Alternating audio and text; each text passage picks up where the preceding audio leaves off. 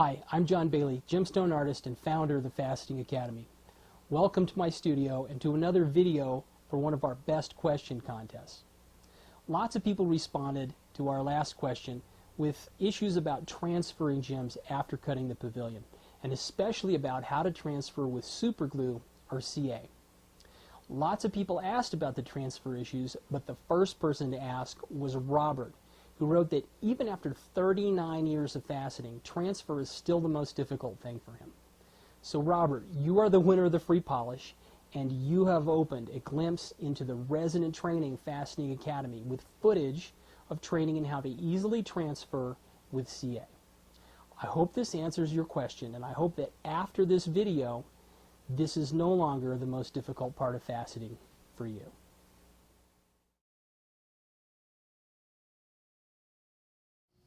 We're going to do a transfer.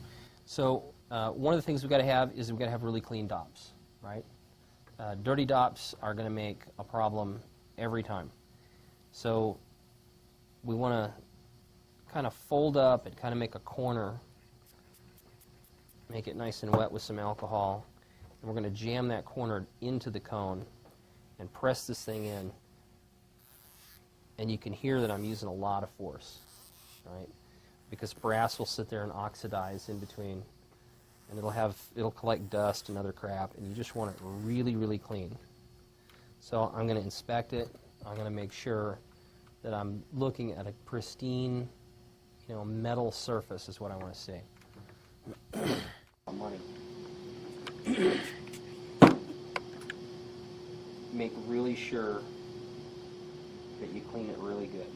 How gentle do you have to be when you're cleaning it? Because I find myself being really gentle with the stone so it doesn't fall off.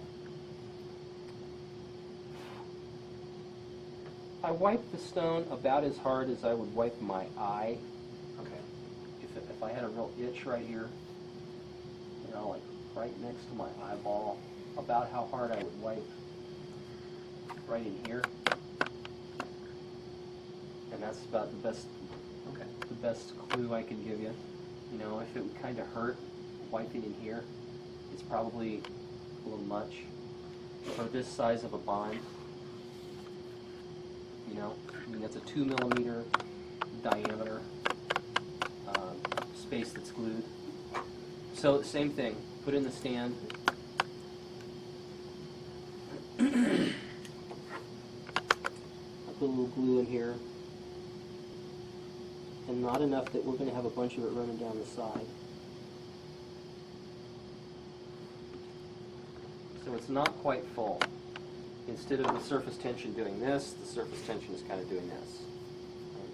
Edge anyway. I want to see the glue around the girdle. And that squeezed out a little bit. So quick swipe. And we'll have a nice clean, hopefully a nice clean transfer. All right.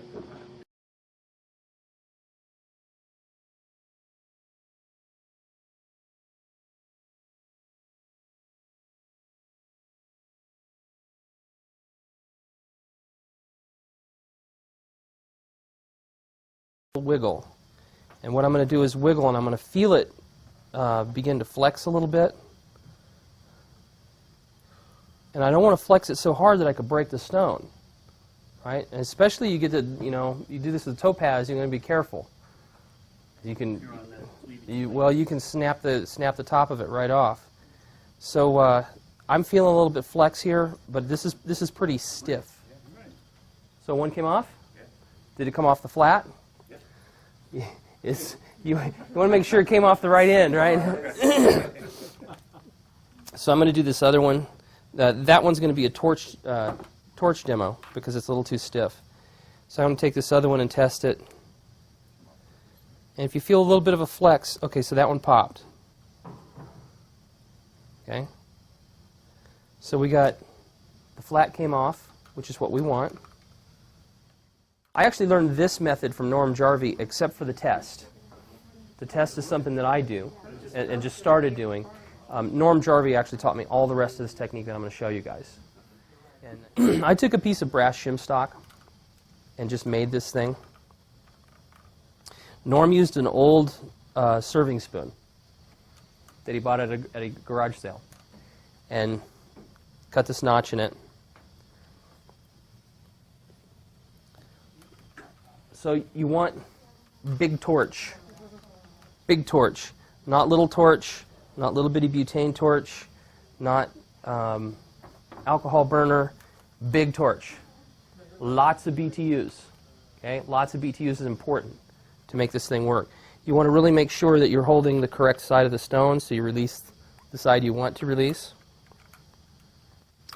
You put the cone side between two fingers and drop the other side in the slot of your heat sink or your heat shield. So now I've got this one-handed arrangement like this. And I tweak this a little bit so I can put a little bit of sideways pressure on it if I want to.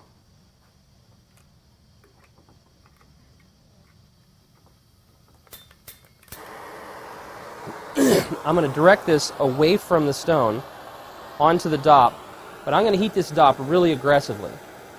I want to heat it a lot, really fast. And it's going to drop off, and I'm going to put the stone on my face. So don't copy this demo. Can you detect any heat? No. Sometimes you can detect a little bit, and a little bit bigger stone than this you could detect a little bit. But it's, I do that demo to show no heat really transfers. Now that sucker's really hot.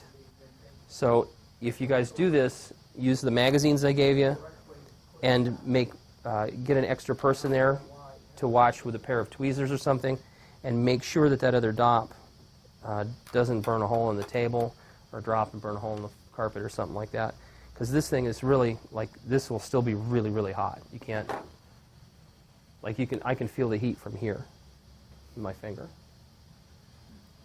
So this really aggressive heating is important because you want the heat to travel through the dop very rapidly.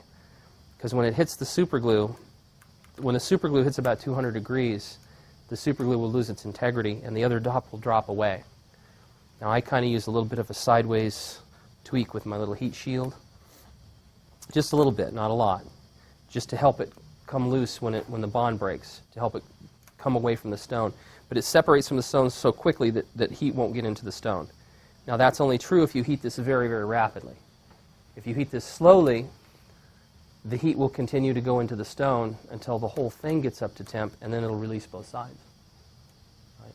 So you want powerful heat. And Norm Jarvie emphasized to me, big torch, lots of heat. Fast heating of the dop. Did anybody have one that didn't snap? Did everybody snap? I'd rather use the torch. This is a pretty... So what I'm doing is I'm kind of feeling how strong the bond is, right? I'm rotating a little bit. I'm feeling how strong... It's a pretty strong bond, right? So the torch might be the trick for this one. There's also... This is a pretty good sized dop, so there's a lot of surface area. And the bigger the stone, the more surface area, the bigger that flat dop, the more likely you're going to use the torch. So do you want to do it, or do you want me to do it? Go right ahead. Want me to demo it? Okay, so we'll demo it again. Put it between two fingers, and this is, I built this so I could do it with one hand. So I'm binding this flat dop just slightly. Just slightly, just so I can have good control of this. Little tiny bit of sideways force. Okay. You put a lot of heat on the dop and have the heat directed away from the stone because I don't want any heat to get on the stone. I want all the heat to go through the dop. And it pops right loose and I put it right on my face. Okay. You guys don't have to do this. Here's some more important notes about transferring with CA. First, do not put the stone direct from a transfer onto your face. That's not part of the transfer technique. I only do that at the Live Academy as a demonstration that heat doesn't actually go into the stone. Always use a good heat protector for your table. You can catch the hot dop in a pie tin of water if you'd like to reduce the hazard. I recommend that. And whatever you do, be careful with the torch and the hot dop. That dop is going to stay hot enough to burn your hand for as long as 5 or maybe 10 minutes. So be prepared to deal with that and do not pick it up with your bare hand. Keep some tweezers or tongs around. I also recommend keeping some lavender oil handy, standard lavender essential oil, in case someone gets burned while you're doing this. Lavender oil will take the pain out of a burn right away, and it's also antiseptic, and it promotes quicker healing of a burn like the kind you might get by forgetting and grabbing that dop. I consider that lavender oil just part of the shop safety kit. Also, be especially careful testing your transfer bond on gems that have cleavage issues, stuff like topaz. And I have actually had one sunstone come apart on the cleavage plane, so be very careful. Use good judgment about what you test and how aggressively you test it. Do not use the torch release method for stones that are heat sensitive. For instance, I would probably not use this method on fluorite or something like that. In the Advanced Faceting Academy resident class on delicate materials, I teach a special no-heat method for releasing CA reliably and systematically, so you don't release both sides. Now, I've been using this method that Norm Jarvie taught to me since back in 2002, just weeks before he passed. I've been transferring stones with his torch method all that time, and since then I've transferred hundreds and hundreds of stones this way. I've taught it at the Faceting Academy since back in 2007. It's easy to learn, it's reliable and fast, you just need to be a little bit careful. Now, some of the details in this video are my own, but the basic system belongs to Norm Jarvie, and this video is dedicated to Norm Jarvie as part of my desire to pay forward his generosity to me.